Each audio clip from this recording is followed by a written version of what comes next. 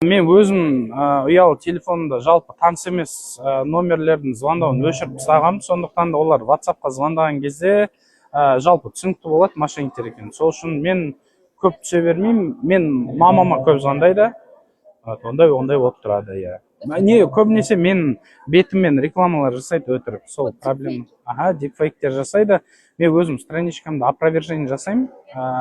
Әрқашан айтамын, оның бәрі өтірік екен. Бірақ оның бір үлкен қиыншылығы бар. Адамдар ол жерге таргетке өте үлкен ақша құяды да, менің аудиториямнан тыс адамдарға да ол видео жайылады.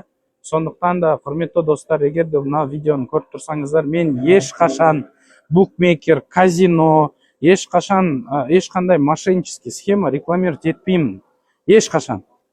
Мен букмекер және де бүкіл харам, жаман нәрсенің бәрін ешқашан рекламировать етпеймін. Егер де көрсеңіздер, оның бәрі фейк.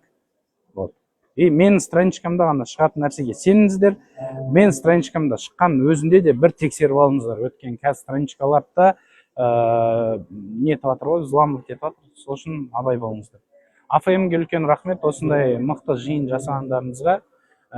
Құрметті достар, осы видеоны көріп тұрсаңыздар, туыстарыңызға айтып қойыңыздар, абай болсын,